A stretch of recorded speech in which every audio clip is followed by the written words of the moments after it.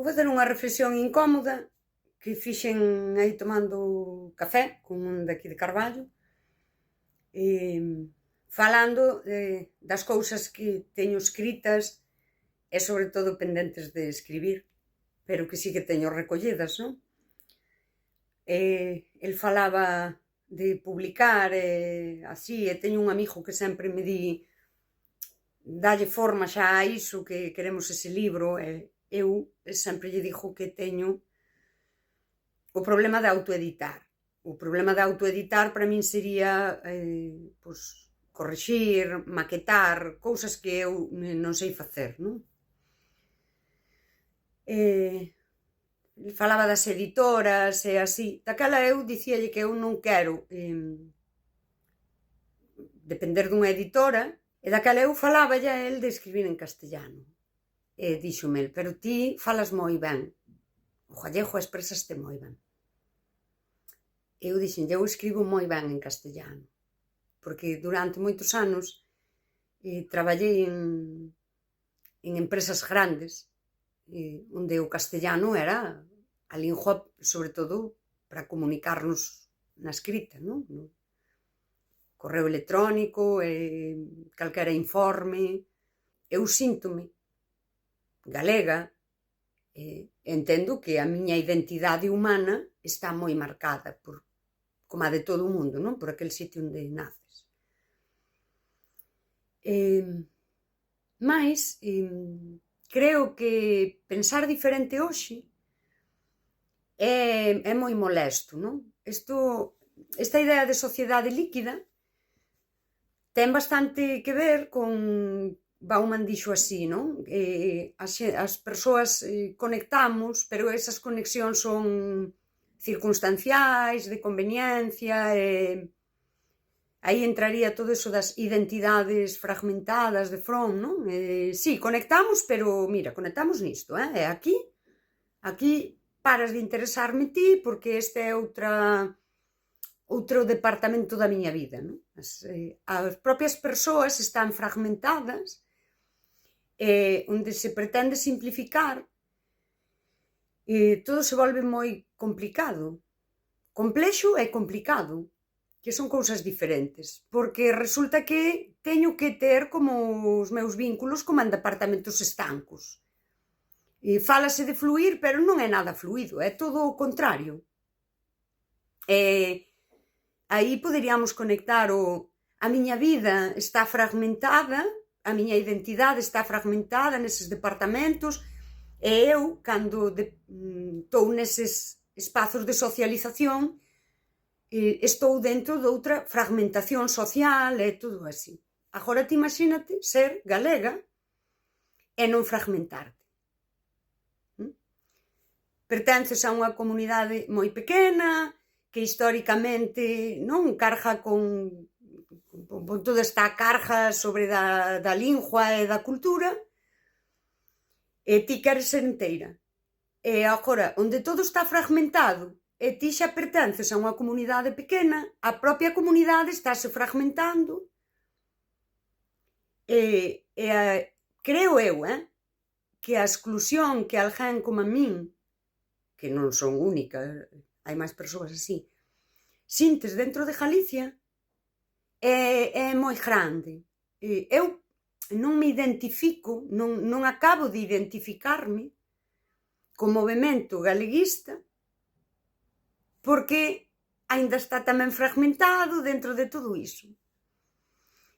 E sempre, isto, que sexa para a reflexión, vale? Porque eu non consigo atalo na cabeza. Isto faime sempre, teño como a un fío cara a España e o español, non? E o castellano, como a lingua incluso, non? Digo, se é tan difícil hoxe poder ser inteira, opinar, ser crítica, pero eu politicamente son española e domino o castellano, eu teño máis cabida se me separo do galego e de todo iso e me agarro máis ao español e ao castellano. E isto causame unha disonancia moi grande. Eu non é tanto xa se son independentista ou non, porque, deso, se queredes falo un día, non? De porque tamén a idea independentista me causa unha disonancia desde un punto de vista idealista, pero sí que é certo que a exclusión, cando toda esta cousa galeguista se vai tamén fragmentando e ti vas quedando excluída, esa exclusión a min ponme de cara a España e de cara ao castellano. Non dunha forma ideolóxica, pero sí desde unha forma humana de atopar máis xente e atopar máis posibilidades de pertenza. E causame disonancia e necesito pensar máis niso e pareceme unha putada e non sei que facer con ese pensamento. Non o sei, pero eu hoxe falaba desta idea de escribir en castellano porque non me sinto que fale para nadie de Galicia, así, para nadie. Falo para persoas, pero é como se xa todo hoxe é moi individualista, é moi de autoconsumo, é moi fragmentado. E dentro de Galicia sinto que me fragmento moito máis ao pretender, por exemplo, eu digo, eu non son activista da lingua, nin do cultural, nin de nada. Eu vivo e xa está. E vivo porque me ven dado así, non por nada en especial. E cada día analizo menos os porqués, non me importa, porque, non sei. É unha cousa desagradable e que tamén a quero dicir. Que me desengancho moitísimo do país e da terra e da lingua como algo importante.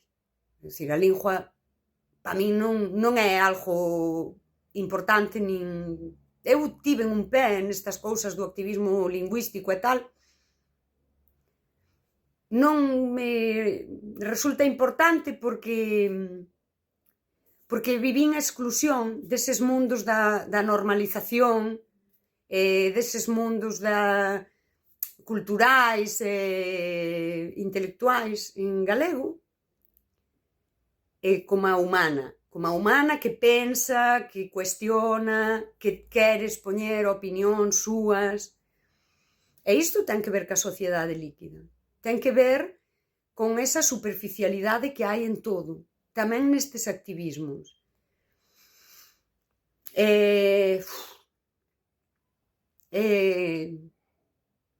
É-me incómodo sentir isto.